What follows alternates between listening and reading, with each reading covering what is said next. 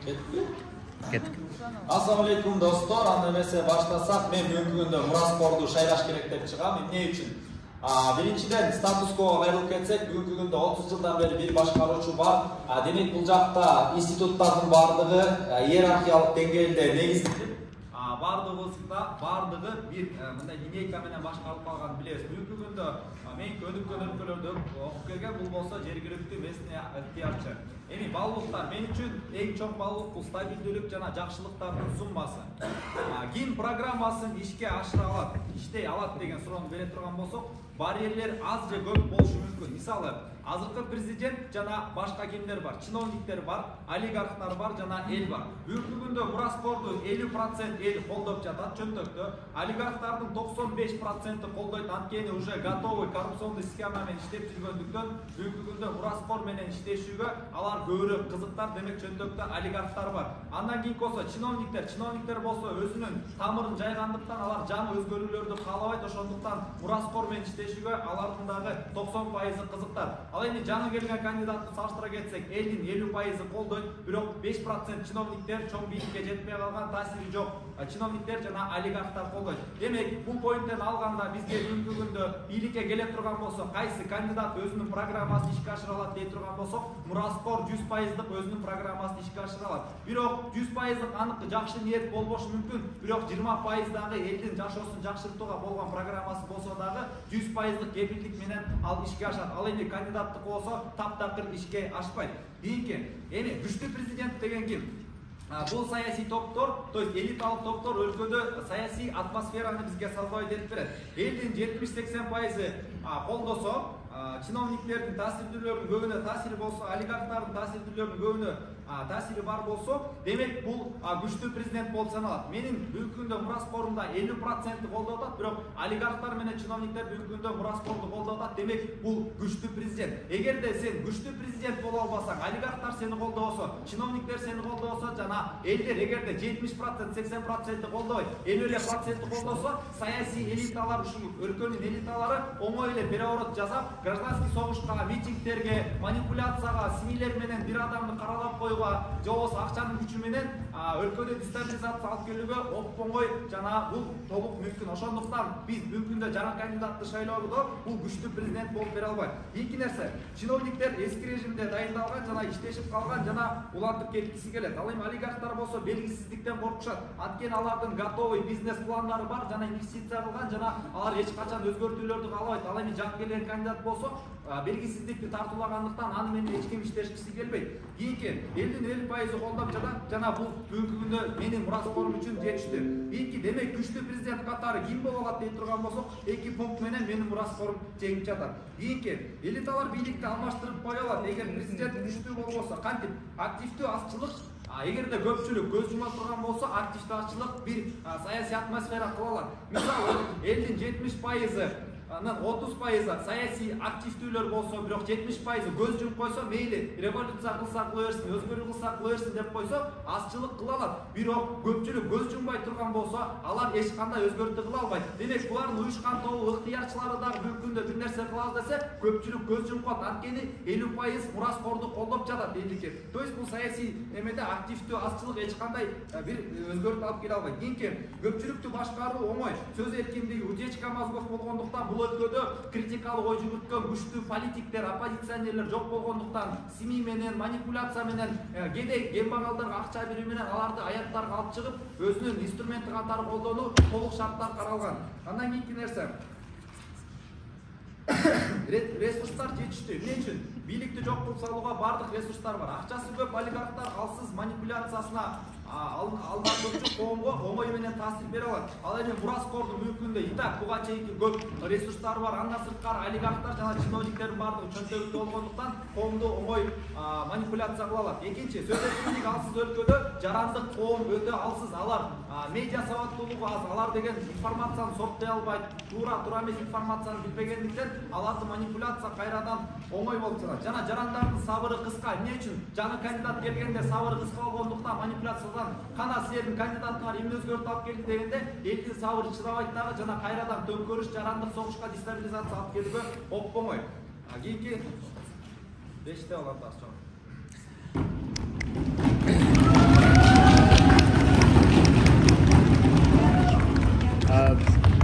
Чоң рахмат, ыраазычылык билдиребиз. Анда эмесе кайчылар суроолору үчүн Дугласка 2 минутта убакыт берилет.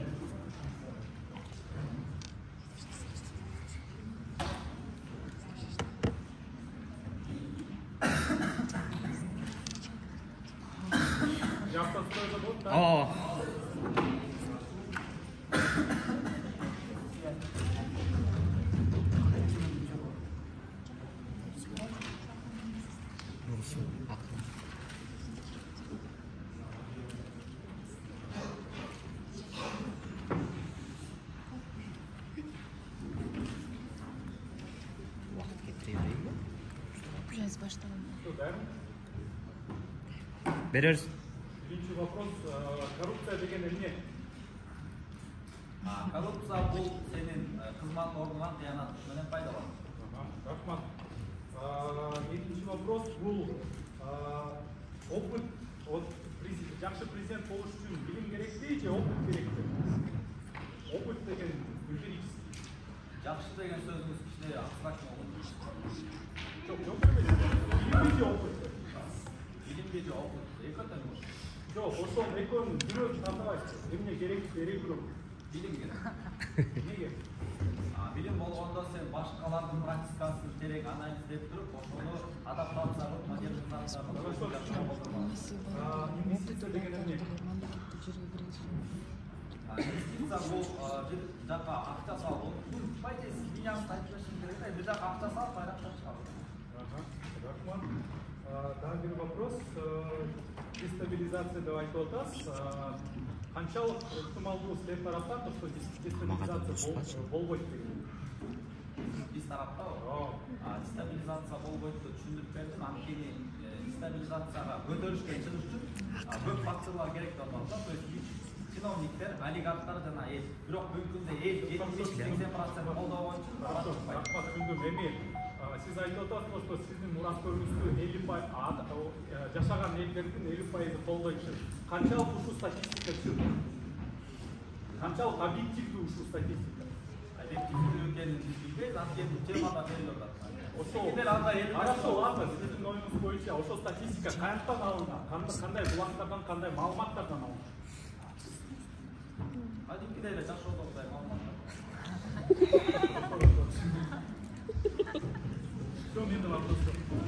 Рахмат, ыраазычылык билдиребиз. Анда эмесе өзүнүн конструктивдүү речи үчүн Дуглас мырзаны чакырабыз. Сизге берилген минутта 6 минута. 1, 2, 3. Акыл айтып атат, эң акыркы аргумент что дестабилизация болот депчи. Ошо стабилдүүлүк болуш үчүн олигархта керек экен, анан вертикаль власть керек экен, анан элдин колдоосу керек экен да. Биринчиден элдин колдоосунан баштасак, урматтуу соттор.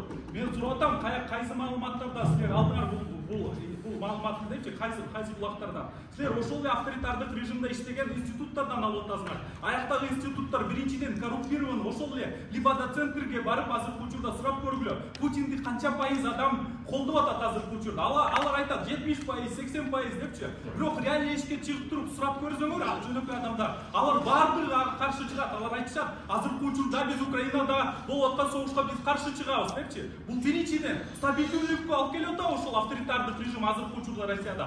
Жок, алып келген жок. Биринчиден, экинчиден урматтуу соттор, стабилдүүлүккө эмне алып келет? Эгер качан сен ошо бийликке келип туруп, бийликтин проблемаларын чечкенде ошондо гана стабилдүүлүк болот. Мисалы, мен тарапта урматтуу соттор, ошол мураскөр менин кандидатым азыркы учурда өзү кедей слойдон чыгып атат. Ал кедей слойдон чыккандан кийин, кедей социалдык класстан чыккандан кийин, ал ошол кедей социалдык класстын проблемаларын билет.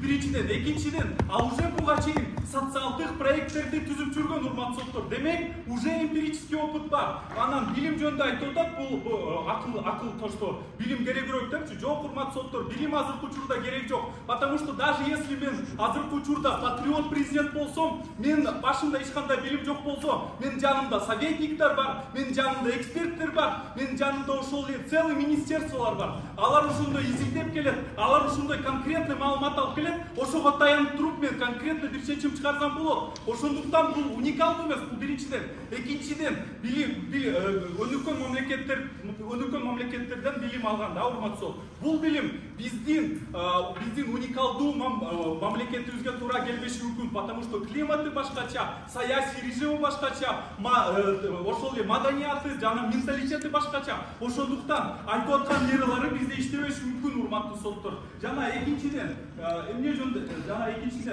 айтып келели да. Акыл айтып аткан Мураскөр жөнүндө. Ал айтып атат то, что менде ошо олигарх колдойт депчи. Мен сурап атам, коррупция деген эмне? Ал өзү айтып атат, именно өзүнүн госслужбадагы позициясын колдонуп, өзүнүн жеке максаттарына жетүү депчи. Жана мен азыркы учурда айтып атам, если анын колунда азыркы учурда, мисалы мен жөнөкөй Мураскөрмүн деп койгула, мени ошо олигархтар продвигать этти. Алар мага акча берди, алар мени лоббировать этти ошо властька, мен властька келдим. Алар эмнени менден талап кылат, урматтуу соттор? Биринчиден ошол бизнеске, ошо бизнестин кызыкчылыгын сакташ үчүн, урматтуу соттор. Ошол эле азыркы учурда ошол өнүгүп аткан мамлекеттерде грязный предприятиялар эч качан жабылбайт Акылбек жакта. Ошол эле заводдор кайра өнүгө берет, урматтуу соттор. Ошол эле кен байлыктар азыркы учурда Кумтор жана башка ошондой заводдор, алар ошол эле президенттин досторуна же олигархтын досторуна барып кете берет, урматтуу соттор. Ошондуктан биз ойлойбуз, бул биринчиден то, что урматтуу соттор, мына ойлонуп көргүлө да, кандай проблемалар бар азыркы учурда өнүгүп аткан мамлекеттерде. Биринчиден коррупция, экинчиден бийлик менен оппозициянын ортосунда конкуренция жок болуу. Үчүнчү бул бийликтин монополиясы. Төртүнчү то, что бийликте отурган адамдардын бюджетке кол салуу жана башка ошол проблемалар. Ушул проблемалардын баардык чечиш үчүн эмне керек, урматтуу соттор? Саясий эркиндик керек, урматтуу соттор. Анан именно менин кандидат тарапта ошо саясий эркиндик бар. Неге? Анткени анын артында эч кандай лоббисттер жок, анын артында эч кандай ТНКшниктер жок, жана башка олигархтар жок, акыл айтып аткан. А если акыл айткан кандидат келсе, анын колдору, даже если максаты жакшы болсо, анын колу байланган болот, у него руки будут завязаны. Анткени ал уже башка бирөөлөр менен контракт түзгөн. Ошо контракттын негизинде ошолордун кызыкчылыгын сакташ керек, урматтуу соттор. Бул биринчиден. Экинчиден, буга чейин уже мен сурап аткам да, урматтуу соттор, инвестиция деген эмне депчи? Мисалы мен азыркы учурда жөнөкөй адам катары бир нерсеге инвестиция кылсам, мен ошол инвестицияны кайтарганга аракет кылам. Жана мен бейтааныш адамдарга жөндөн эле инвестиция кыла бербейм да. Мисалы, мен ошол эле Левитон камын да, урматтуу сот. Мен ошол авторитардык режимде азыркы учурда иштеп атам. Анан мен кайсы адамдарды тандайм, ошол именно өкмөттүн арасында кайсы адамды тандайм инвестиция кылганга? Биринчиден, ортобузда тууганчылык мамлекет же катуу дос мамлекет же катуу дос мамиле болгон адамды тандайм. Жана келечекте ошондой адам ошо бийликке келсе эмне болот, урматтуу соттор? Мисалы, ошол эле президенттин баласы же агасы же башка ошо жакын бир тууган келет, алар ошо президентке каршы эчтеке айта албайт. Ошол айткан сөздөрүн, ошол айткан адамдардын кызыкчылыгын сактайт, урматтуу соттор. Ошондуктан келечекте эмне деп ойлойбуз биз? Келечекте, урматтуу соттор, биз тарапта точно эмпирический опыт бар, точно ал уже конкретно бир проекттерди түзүп, бир проекттерди ишке ашырып, ошондой опыт бар. Ошондой опыт бул тарапта барбы, жок, урматтуу соттор? Более того, бул айтып атат то, что ал частный мектептерде окуган, ал карапайым именно билим берүү системанын проблемаларын эч качан билбейт, жана изилдегенге андай мотивациясы да жок келечекте, урматтуу соттор. Ошондуктан биз ойлойбуз, эч качан бул проблемалар чечилбейт.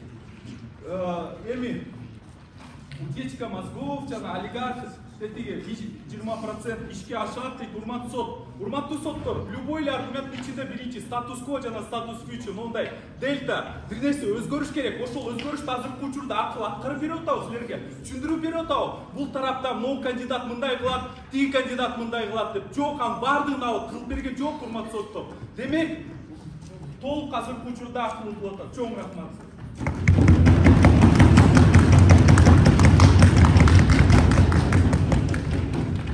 Чоң рахмат, ыраазычылык билдирем. Анда эмесе азыр бири менен катарлаш 11 реч болот. Президентте 6 реч, 1 минутта. 2 минутта. Ооба, кайчылаш суроо азыр Линкольндан Дугласка. Биринчи суроо, стабилдүүлүк болгон жерде өнүгүү, прогресс болобу же ысыч болгон жерде? Адамдар өлгөн жерде Сиздин негизги милдетиңиз ошо именно сиз тарапта стабилдүүлүк болот деген нерсе силер далилдеп беришиңер керек. Демек кошулас стабилдүүлүк болгон жерде өнүгүү болот экен. Тура ошол да. Любой адам, любой жок, андай. Демек стабилдүүлүк. Кийинки Смотря стабилдүүлүк кандай, если мисалы стабилдүүлүк олигархта түзгөн стабилдүүлүк болсо, бириле выбор бар да, же стабилдүүлүк, же вообще гражданский согуш, өзүнчө. андай вопрос болбойт. Силердин стабилдүүлүгүңөр булар именно олигархтар түзүп берген стабилдүүлүк. Экология стабилдүүлүк. Кийинки советниктер болот, мен билимдүү болбосом деле министрлер болот дейт. 30 жылдын ичинде күчтүү саясатчылардын баары алынды, жок кылды, ошо министрлерди сиз кайдан тапчыңыз? Советниктерди табылат арасында. Силер айтып жатсаңдар, силерде ушул кандидаттар бар да, сиз жардамчы болуп иштей бересиз ушул адамдарга. Максаты, жакшы максаты бар экен. Рахмат, ыраазычылык билдирем. Анда эмесе азыр Дуглас мырзадан Линкольн мырзага кайчылаш суроо 1 минутта.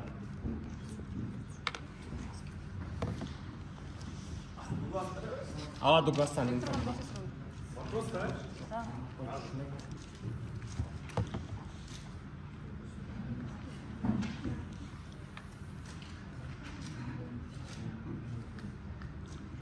Ичи вопрос.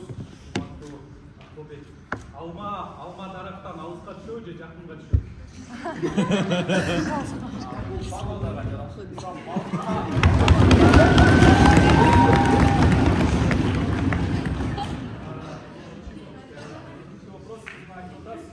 Вертикаль власти, мындай типа вертикальный институттар болуп атат депчи. Эмне бизге азыр учурда тоскоолдук кылып атат, ошо вертикаль жөндөп ошо жок кылып туруп горизонталь кылгандар. дагы эле мен айткан эле түшүнбөй атат. Ошол лидерлер, финансчиктер,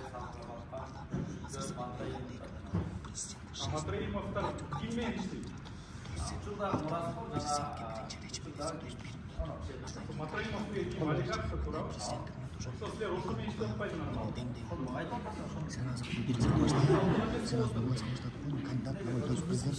Хорошо, анда олигархтардын негизги максаты кандай? Эми бүттү. Аласыз просто. Хорошо, түшүнүктүү логика. Азыр ошо суроо берүү учурунда мындай дискуссия эмес, суроо жооп катары кыскача кылалы. Анда эмесе азыр Линкольн мырзадан Дуглас мырзага 1 минутта суроо берет.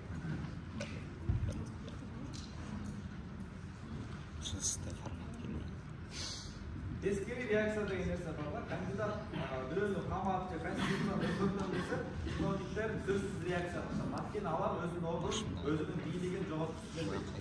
Бuyda болсо конституцияны өзгөртүү менен кээ бир бизнесмендерге чоң залал келет. Мисалы, Агромастер компания НДС төлөө, поштина төлөө көп жылдан бери бизнес кылып атса, сен конституцияны өзгөртөбүз, демократияны курабыз десек, мен Матраимов болому, ким болом, мен сөзсүз любой кишини өлтүрткөнгө, даже митингге чыгып, жаратышып, өзүнүн статусунду сактап калганга болгон аракетинде бар. Андан кийинки нерсе болсо, жогорудагы эки акты сөзсүз эле элге таасир берет. Мисалы, бензин, ун, майды кымбаттатып алса, кээде кем багалдар эмне кылат? Митингге чыгат. Кана биздин келген жаңы демократыбыз, жаңы биздин жараныбыз эмнени өзгөрттү деген нерсе менен эл мүмкүндө оңой манипуляция кылып коет. Ушунун баарына кандай жооп бересиз?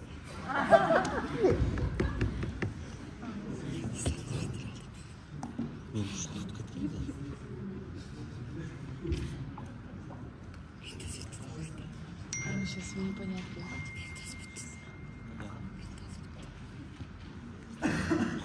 Суроону 1 минутта берди да.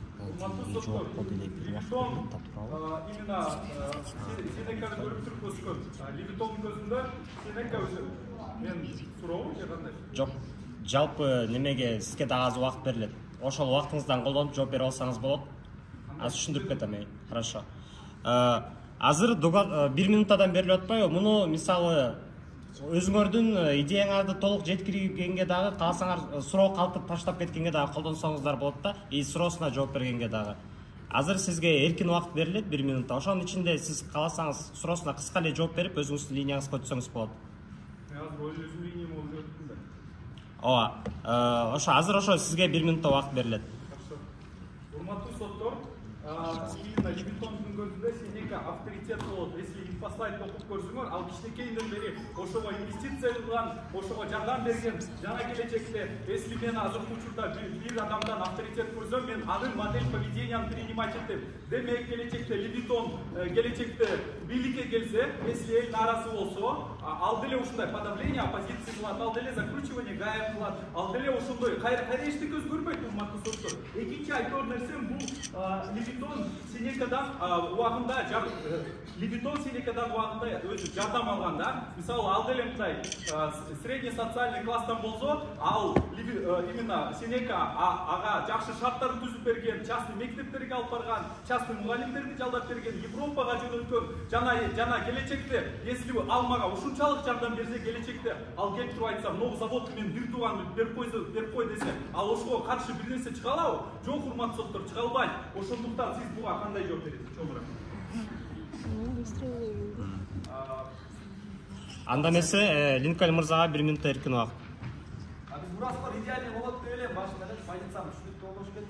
Бир айдан стабилдүүлүктү бузулушу жогорудагы айтылгандардын негизинде стабилдүүлүктү кантип бузабыз деп 50% кандидатты колдотот, 50% мураскорду колдотот да. Бирок жанагы ун, май, бензиндин кымбатташы менен элдин нааразычылыгын көбөйтүү менен 50%, 70% мураскар тарапка өтүп кетүү ыктымалдуулугу көп да. Анткени олигархтар, чиновниктер жасалма түрдө баалардын көтөрүлүшүн, ундардын кымбатташын же товардын дефицитин алып келүү менен элдер бүгүнкүнө нааразычылык чыгып 70% тияка ооп кетет да, муну колдоткан 50%, 30%ке, 20%ке түшүп калат. Ошондо ызыкчуулар чыгат, инчиктер чыгат, көтөрүлүштөр чыгат. Жантан бери ушуну какшап атам, бирок Бектурган мырза бизге булардын кейсинде тынчтыкты кантип сактап калабын, жарандын согуш чыгып кеткилер, элдин нааразычылыгын кантип чыгып калабын же ошо олигарх чиновниктерди кантип тыярын бизге жооп берип айтат. Пожалуйста, ошого жооп бериңиз. Чоң рахмат. Анда эмесе Дуглас мырзага 1 минутта эркин убакыт. Ошолдой стабилдүүлүк жөнүндө айтып атат, урматтуу соттор. Каяктагы стабилдүүлүк? Если силердин 50%-ңар алар жөн эле нарисованы, ал фикция. 50%-ның артында ошо Акылбек айтовдун артында 50 эмес, даже 30% эле жок, урматтуу соттор. Неге? Анткени азыркы учурда, если сен авторитардык режимде ошо 50% тигин мураскорун колдоп атат, калган 50% биз мен мураскорду колдоп атат да. Анан кайсыны, кимдин статистикасы чын, урматтуу сот? Именно мен статистикам чын, жана мен тарапта 50%-тен да көп болушу мүмкүн. Анткени авторитардык режимде именно альтернативдүү кандидатты тандаш аябай эле оор. Ошол эле Россиядан сурап көргүлө, Навальныйга кандай отношение кыласыңар десе, адамдар эч ким аны колдобойт. Алар айтышат Путин депчи. Анан если ошондой статистика азыр 50 жана 50 болса, анда реальный статистика 70% биз тарапта болуп атат. Жана экинчи олигархтар жөнүндө айтып атат. Олигархтар бизнести кандай түзөт депчи? Алар азыркы существующий закондорго уже подчиняться этет. Буга чейин уже жана коррупция болбой калат. Эркин убактыңыз бүттү. Чоң рахмат. Анда эмесе Линкольн мырзага 1 минутта эркин убакыт. 4-үнчү. Эко калды. Статистика боюнча айтып кетели. Эмне үчүн Россияда сиз айткандай 70% болсо Путинди алып көтөрүш курсы ачкан? Анткени биз айтып атабыз, элдер белгисиздиктен коркот деп атабыз. 50% автократияны колдобосо дагы алар бүгүнкү күндө белгисиздиктен коркот. Путин кетип калса эмне болот? Бизди ким башкарат? Америка талап кетеби, Кытай талап кетеби, жарандын согуш чыгып кетеби. Корккондуктан алар бүгүнкү күндө тияка чыкпайт да. Бул бир. Экинчиден статистика деген бурмалаган, мен вообще Бектурганды кабыл алган жокмун. Анткени бул логика менен алсам да Бектурганды да эч ким колдойт. Эгер ушунчалык кейске кете турган болсо, ошончолук автократ болсо, күчтүү бир демократ чыгып атса, аны давно эле өлтүрүп коймок. Мындай күчтүү оппозиционер мен чачыратып коймок. 25 тигини колдо, 25 тигини колдо, 25 тигини колдо. Эпага эле бул логиканы вообще кабыл албаш керек, урматтуу. Ушул боюнча жооп бербейт. Эмне үчүн мүмкүн да Навальныйды камап салды, эмне үчүн эл көтөрүп чыккан жок? Анткени Навальныйды реально до конца барып өлүп таш жесем да, көз моюнса да туруп бергенге даяр жок. Алар айла жок эле бирөөнү колдоп атат. Чоң рахмат. Ыраазычылык билдирем. Анда эмесе Дуглас мырзага 1 минутта эркин убакыт.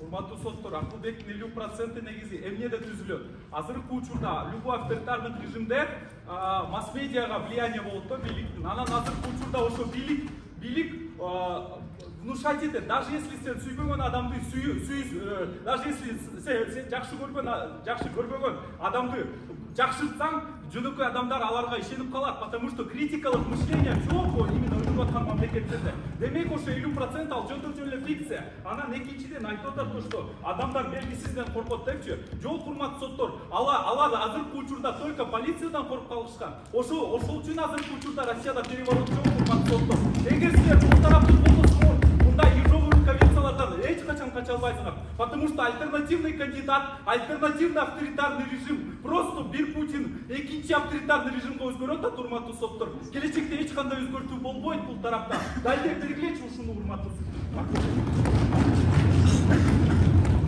Чоң рахмат. Анда эмесе Линкольн мырзага 1 минут эркин убакыт. Предпоследний. Сизде 1, Дугласта 1, кайра сиз бүтүрөсүз.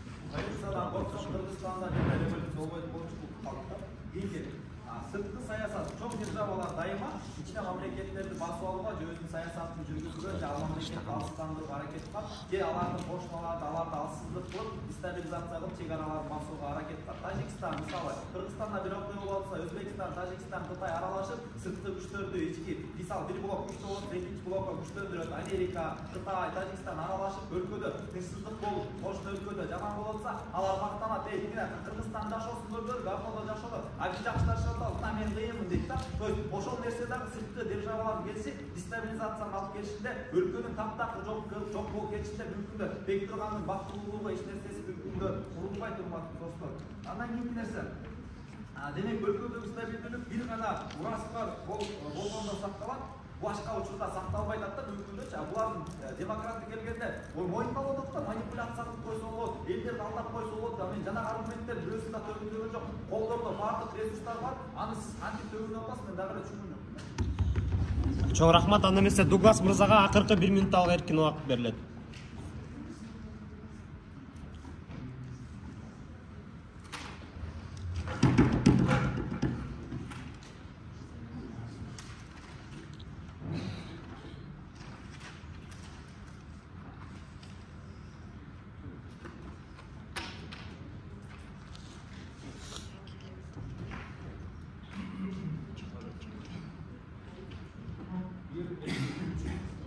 Өкмөт тарап стабилдүүлүк жөнүндө айтып атат, урматтуу соттор, бирок бул стабилдүүлүккө ишенбегиле. Анткени бул стабилдүүлүктү силер тандасаңар, булардын арасында стабильно плохо болуп турат. Стабильно экономика өспөйт, стабильно өнүгүү болбойт, стабильно конкуренция болбойт. Потому что нормально өнүккөн мамлекеттерде эмне болуш керек? Оппозиция менен бийликтин ортосунда конкуренция болуш керек. Именно мен тарапта ошо конкуренция болуп атат. Неге, урматтуу? Анткени менин мураскорум ошондой несправедливость болуп тажаган адам, ал уже анын ата бабаларында, анын туугандарынын арасында уже буга чейин именно оппозиционер болуп зыян тапкан адамдар бар. Ошон үчүн ал азыркы учурда тажап ушул системаны өзгөртөйүн дейт. Жана мен мураскорум, если мотивациясы акчада болсо, жана только өз жөнтөгүн үчүн ойлосо, урматтуу сот, ал давно эле бизнес жакка кетип калмак, урматтуу соттор. Неге үчүн ал именно ушундай активистский образ жизни тандап атат? Потому что башкалардын именно өз жашап аткан элинин шарттарын жакшырташ,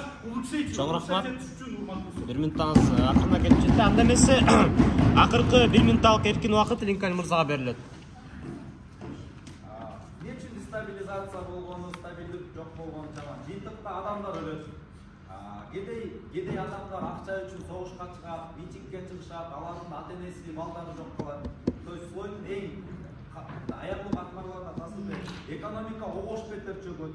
Калктын аярлуу бөлүгү көбүрөөк затты чегет. Калыбына келүү кайра узун убакытка кетет. Ошондуктан биз революция кылгандан тажап калды. Кийинки нерсе, тынчтык орнобой, такыр эле тынчтык орнобой калышы мүмкүн.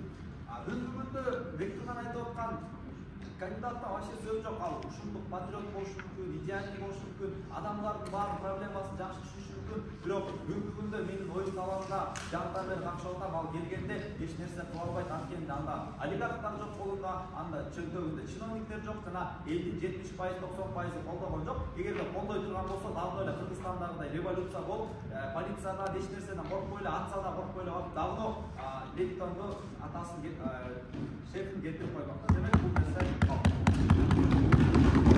Чоң рахмат. Азыр аналитикалык бөлүк башталат. 3 минутта даярданууга убакыт берилет. Аналитикалык бөлүктү Дуглас мырза баштап берет. 3 минутта берилет.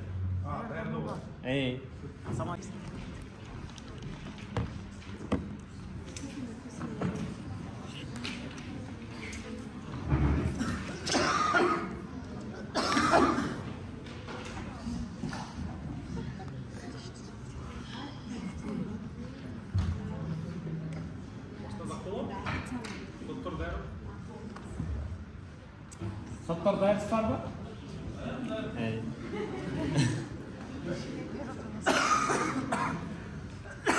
Зал тынчтанабыз. Акылбек айтып атат, что олигархтар менен келишим түзүш керек депчи. Мен суроо атам, логичный суроо. Неге силер олигархтар менен келишим түзүшүңөр керек депчи? Акылбек айтып атат, что эл нааразы болсо, биз аларды удерживать этишибиз керек депчи. Урматтуу соттор, самый реальный кейсте эки мураскөр тең бийликке келгенде эки тарапта тең эл нааразы болот, урматтуу сот. Бирок разница эмнеде болуп атат? Азыркы учурда Акылбек жакта, если мен жөнөкөй адам катары нааразы болсом, жана бийликке бир нерсе каршы айтсам, мага дубинка менен башка бир чабат, урматтуу соттор. Мен тарапта эмне кандай реальный сценарий болот? Если мен тарапта реально жөнөкөй адам барып туруп бийликке нааразы болсо, ошол нааразычылыкты обрабатывать этет, ошого жооп берет, социалдык запрос формировать этет. Реально ли ошончолук көп адамдар барбы? Ошого нааразы болуп аткан адамдар көппү? Если көп болсо, мыйзам кабыл алып берет, урматтуу соттор. Демек, өнүгүү каякта болуп атат? Мыйзамдар кайсы жакта өзгөрүп атат, урматтуу соттор? Только мен тарапта өзгөрүп атат. Экинчиден, айтып атат то, что эл кайсы тарапта 50% бул тарапта, 50% бул тарапта. Урматтуу соттор, 50% деп жазышы мүмкүн, любой инфосайтта. Бирок ошол 50%дын артында реалдуулук канчалык реалдуу, урматтуу сот? Бунун 50% эмне менен эмне менен ошол Акылбек 50% абалды, урматтуу соттор? Силерге жаккандыктан эмес, харизма эмес, инициативасы эмес, ал жөн эле дубинка менен абалды биринчиден, экинчиден масс-медиа тарапка влияние кылгандыктан абалды, урматтуу соттор. Биз тарапта 50% реальный адамдар, жөнөкөй адамдар, даже оппозиция каршы чыгып, биздей жаман, мен если оппозиционер болуп туруп бийликке бир нерсе жаман айтсам, мага мени түрмөгө отургузса, даже ошого көз жумуп туруп мени колдогон адамдар менин артымда. Демек 50%дан да көп болушу мүмкүн. 70%, 80% биз тарапта. Үчүнчүдөн, уникальный преимущество, урматтуу соттор. Азыркы учурда актордун мотивациясы мындай анализдер көрүлдү, урматтуу соттор. Акылбектин кандидаттын ою кандай, урматтуу соттор?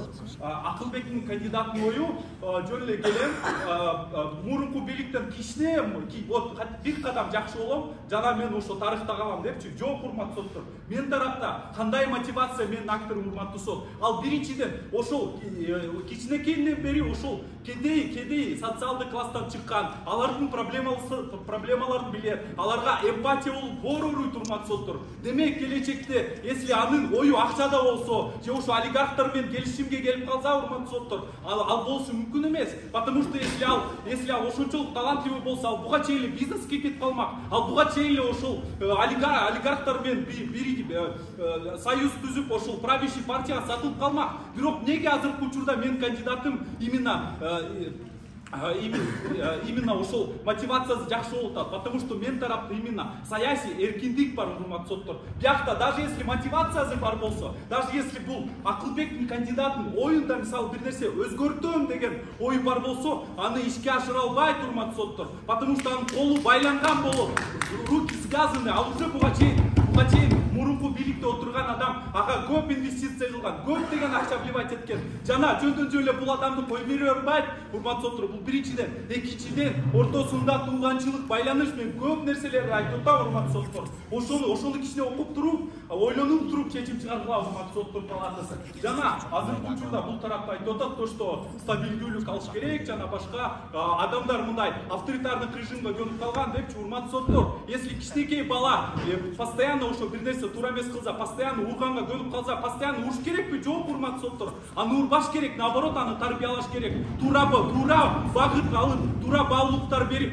туура шарттарда аны воспитывать этиш керек, урматтуу соттор. Палатасы. Үчүнчүдөн, урматтуу соттор, коомдук поддержка гимн тарапта бар. Азыркы учурда ошо авторитардык режимде суразаң, мисалы, гимн Навалийди колдойт, ошол Россиядан суразаңар, эч ким айтпайт, урматтуу соттор. Неге? Потому что алар коркушат. Бирок жүрөгүндө колдошот, жүрөгүндө реально ошо Навалий үчүн жүрөгү оорушат. Бирок алар айта албайт ошонун баардыгын. Ошон үчүн айтып атам, биз тарапта точно 70% бар. Бул тарапта 15-20% ошол интернетке доступу жок адамдар, ошол масс-медиа Первый канал, Россия каналды көргөн адамдар бул тарапта. Бирок алардын артында келечек жок, урматтуу соттор. Аякта эч кандай өнүгүү жок. Жана эң негизги бул маанилүү, урматтуу соттор. Именно бийлик менен оппозициянын ортосунда постоянно конкуренция болуп туруш керек. Если конкуренция жок болсо, именно власть көп баштайт, власть постоянно ошол бюджетке кол салып баштайт, же кандайдыр бир ошол элге басым жасап баштайт, урматтуу соттор. Неге? Потому что эч кандай альтернативный кандидатура жок болот. Жана ушул Акылбектин кандидаты ошол бийликке келгенде да ушундай. Биз тарапта, урматтуу сот, ошол адам именно ошол конкуренция жок болгондуктан зыян тартып, тажап, ошондой жашоодо тажап, жашоону өзгөрткөнгө аракет кылат.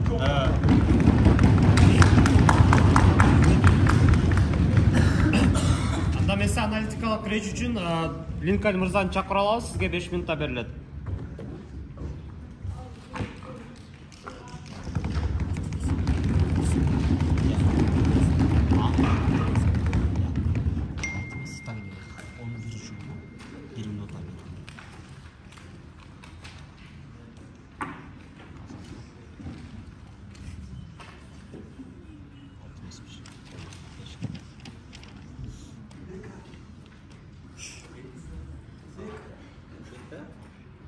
Орслиган турап коюш, 3-2-1 баштап, ракета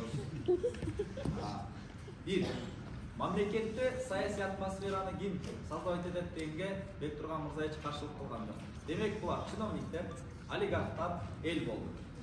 Эки тарапта утулган мойнуна алат. Бир да далил бере алган жок. Олигархтар бул тарапта экенин, чиновниктер бул тарапта экенин. Демек бул Бектурган ай болгон, жакшынакай болгон кандидаты бийликке келген күндө деле эл айтып атат, манипуляцияланат, оңой сыни менен башкарып койсо болот деп башкарып туруп, буларды кайра эле митинг кылып Бектурганды алып коюуга мүмкүнчүлүгү бар. Бул бир.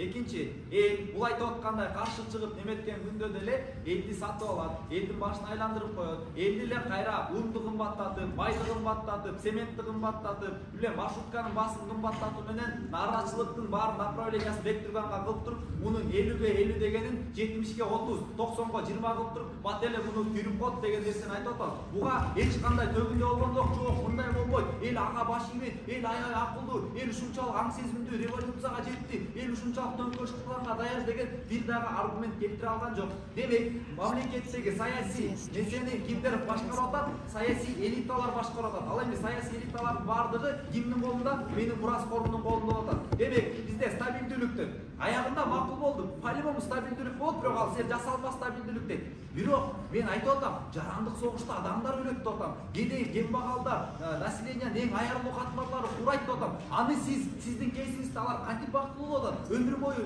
согушуп, өмүр бою өлүп, күндө ош калган болуп, күндө тажиктер менен согушуп жата беребизби?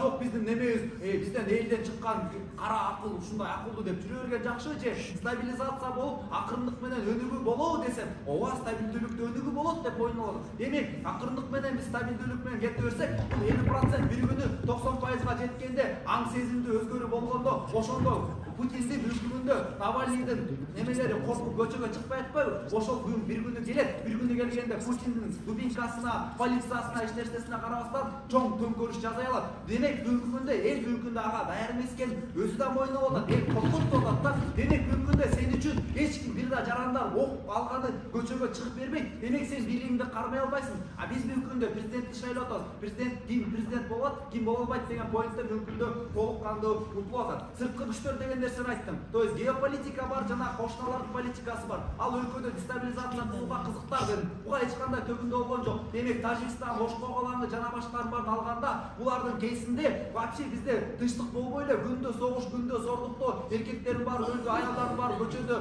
билен таш сатып, өзүн проституция менен заниматься этип калды. Бул кейсте, Бектургандын кейсинде бир да бактылуулукту биз эч кандай көрө алган жокпуз. То есть бүгүндө азчылык көпчүлүктү башкара алат. Качан көпчүлүк көз жума турган болсо, демек биздин кейсте 50ге 50 болуп атат. Бул бир. Эми 50ге 50-нү 70ге 30га өзгөртүп коюуга ресурстарыбыз бар болуп атабы? Бар болуп атат. Бектурганда бар болуп атабы? Жок. Бештеке кыла алган жок. Болгон эле биз демократияны курушубуз керек, ушундай кылышыбыз керек. Базар жок. Ал жагынан мен бир да каршылык кылган жок, бирок Менин аргументтеримди эч кандай төгүндөгөн жок. Ошондуктан оюн сабый болуп калды. Мен мүмкүн Италияда диктатура болсун, ошондой боло берсин, бирок бизде тынчтык керек деп атабыз. Тынчтык болгон жерде акырындык менен өнүгүү болот. Чем мамлекетти таптакыр жок кылгенче. Демек бизде тандоо боло турган болсо биз стабилдүүлүктү, бирок акырындык менен өнүгүүнү каалайбызбы? Же демократияга барабыз деп өлкөбүз такыр жок болуп, аялдарыбыз зордукталып, күндө согуш болуп, адамдар өлүсүн каалайбызбы? Же узун дагы кедейликтен дагы огош бетер банкротко кирип кетебизби деген тандоо болуп атканда, мен айтып атам, Левитонду шайлайлы, мүмкүндө стабилдүүлүк болсун. Бул Бектурган пока что жетиле элек, кийин элдер 90%, 100% ок алсам дагы Навальный үчүн өлгөнгө, Путинге каршы чыкканга даярмын дегенде, ошондо булар көтөрүшкө чыгып кыла берсин, пожалуйста. Бирок бүгүнкү күндө калктын статус-кодо калк буга эч кандай даяр эмес. Демек, биз бүгүнкү күндө акылдуу болушубуз керек. Эл журт жөн эле могул жарымыңар кырылып каласыңар, айтып атабыз. Бүгүнкү күндө эки калкты башкарып коюш оңой деген нерсеге бир дагы төгүндө болгон жок. Анан исследование жөнүндө айтып атат да. Исследование мындай, анан булар калп эле диктатура мамлекет эме. Ал логика салсак анда Бектургандыкы вообще туура эмес. Анда бул 50% алыш мүмкүн эмес. Жөн эле тиги элдин мнениясын алыш үчүн бул 50%-на силер колдоп атасыңар деп дегендер информацияны берип коюш мүмкүн. То есть бул логикага салсак анда ойной эле коюш керек да бүгүнкү күндө. То есть эркекче ойнош керек. Бүгүн эл мени колдоп атат, эл сени колдоп атат деген учурда биз кайсын тандашыбыз деп эркекче ойногондо бүгүнкү күндө эркекче оюн болмок да. Кийинки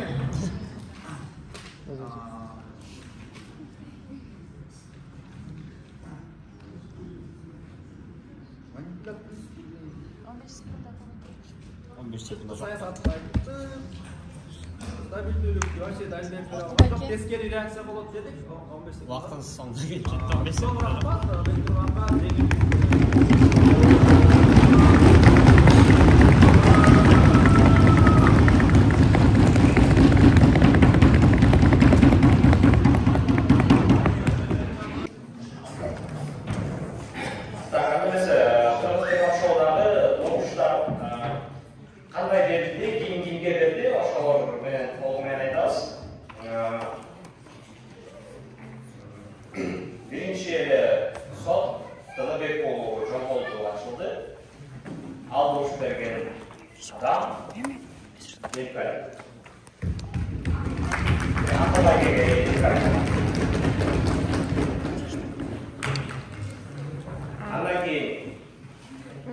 Исмаилов Айданбек соттогон жыйынтыгында Бектурганга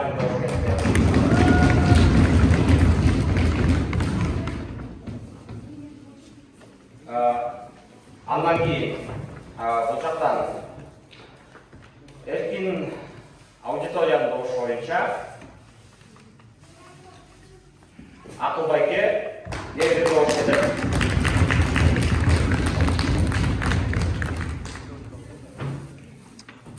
Андан кийин сот Сейтектин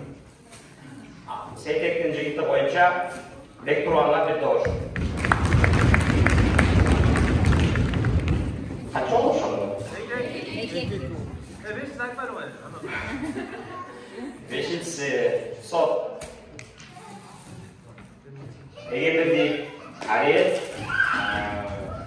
Ариев Байкенин жыйынты боюнча Дебат ошонун 3-чү жеңүүчүсү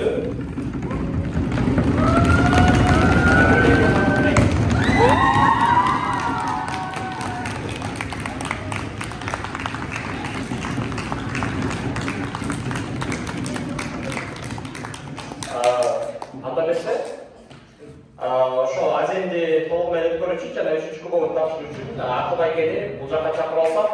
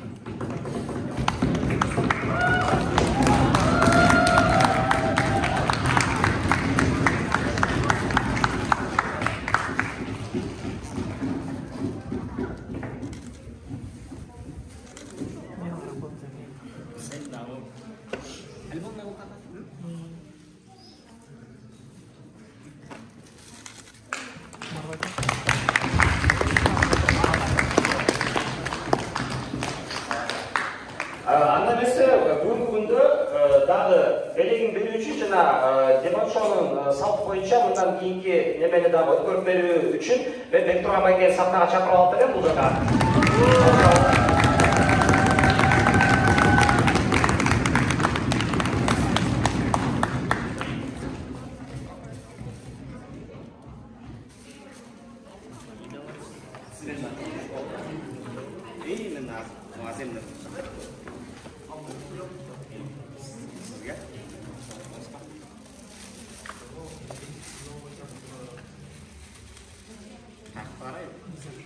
Belki video.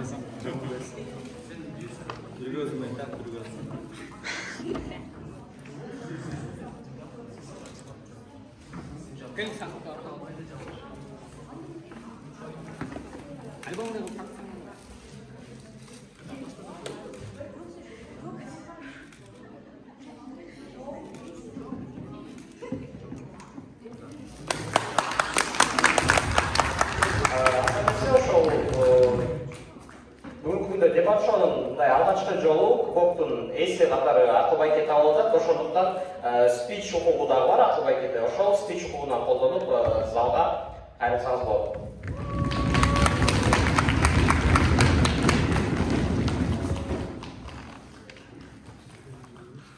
Чоң рахмат баарыңыздарга. Сиз күткөнчөлүк деңгээлде оюн болсо керек деген ойдомун. Эгер болбой калса барыңыздардан алдын ала кечирим сурайбыз. Бул статуэтка мен калды буюрса. Элдинин эң күчтүү спикери Нака менде болот. Андан ары бүттү мен дебат шоуга катышпайм. Кааласам, Коргошуңуз керек да. Коргосуң керек. Бирок үчтү жеңкеш керек да анчын. Мен мага узак ташташчы. Жок. Үч спикер жеңиш керек да. Жок, сизге любой адам таштай беребиз азыр. Анан кийин сизди мен азыр утуп алып турган болсом, уже эң күчтүү спикер жок болуп калат. Бирок мен азыр кетип калганга да укугум бар да. Анда уже будан кийин коргой албайм деп корккон болуп каласыз.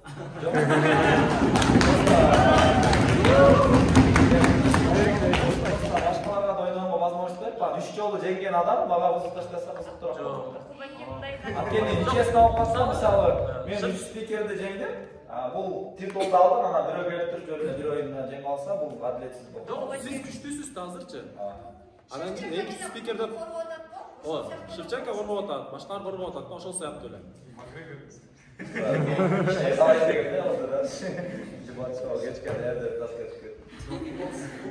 Эң күчтүү адам чарчабайт. Кашанда кызыктарды кабыл алууга даярмын, баарыңарды канга да даяр койсо. Бектурганды болсо, бул менен чындыкта коштойбуз. Кызыктуу оюн куруп берди. Кыргыз лигага ар дайым келип, Кыргыз лиганын өнүгүшүнө салым кошуп жүрөбүз. Албетте шоуда айтылган нерсенин баарын жүрөгүңүздөргө жакын албагыла, бул баягы шоу кызыктуулайын деген ойдо айтып болуш керек деген үмүттө кабыл алдым Бектурганды. Анткени бүгүн 29-га чыгып атат. Баягы 22-21 жаштагы шоқ жигиттер эмеспиз. Тромесилдеги ошондуктан бул дагы атайын айтылган сөз болуш керек. Кыргыз лигасын Бектурган дагы сыйлайт. Биз дагы Орус лиганы сыйлайбыз. Орус лигадан келгендердин баардыгына дайыма ачыкпыз жана мени колдогон, мага жардам берген баардык тарапташтарыма, колдоочуларыма, же фанаттарыма, же мени сүйгөн адамдарга чын жүрөктөн ыраазычылык билдирем. Баарыңыздарга рахмат.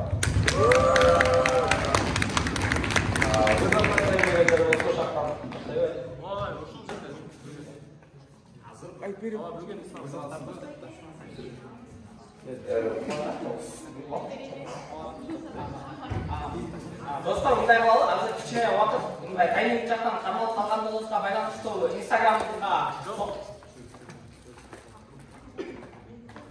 хорошо, анда 10 минуттага чейин узак таштасын, андан кийин сыйлоо азырдап сурамыз. Азыр бербейм, анан аялдар. Кимдер узак таштайлап айтты? Сүйлөй берсе болобу? Жооп дейт, кабарыш керек. Ошода бар келгенге чейин. Боло береби? Умар бир көйдөп койчу. Сүйлөө, келгенче убакыт кетет. Хорошо. Акыл байкеге мен вызов таштайын деп атам. Кыздардын атынан биринчи жолу мен вызов таштап атам десем кабыл алам деген.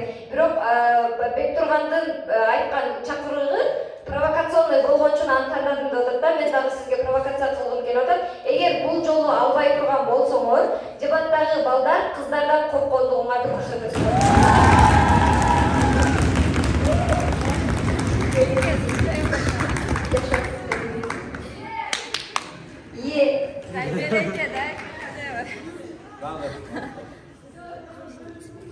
Балдар учпай алышты. Мен шықпаймын, реванш деп жаңа феминизмге қарсымын деп. Роман таштайды. Анткени ал мурунку сезондо ойногон, бул сезондо таштабаган. По сути, таштаса болуш керек, потому что бир круг айланды да, 3 жолу сиз уже уттуңуз. Сезон. Эгер эрежени окуй турган болсок, 5 сезон деп айтылган. Дебаттык сезон. Жок, ошо, мен эгер мүмкүн болсо анда мен реванш талап кылам да, как раз силер кетип калгычакпычы.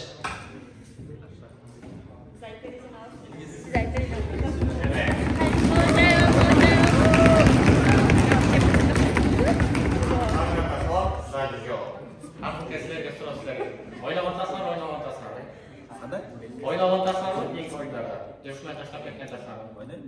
Ойнайсың ба атпайлар жоқ. Мен сізге бұзыр таштасам, өткен ұшырда сіздер айтқансыңар кейін Айпермен ойнаймын өткеннен. Айпер қыз, ошон үшін қабыл алам деп. Айпер айтып қой азыр. Егерде мені қабыл аласыңар, қыздардан болып қаласыңар депші.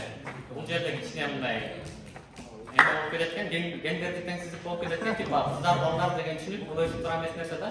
Анан мен айткым келет, себеп дегенде Акыл Байке менен ойноп келген учурларда, дайыма финалга чыккан учурда Акыл Байке менен мен уткам, чоң уткамыз бир турнирде. Бирок Акыл Байке менен чыккан финалдарда мен башка такамайдык болгондо дайыма утуп келем. Бүгүнкү учурда айтып аткан ким?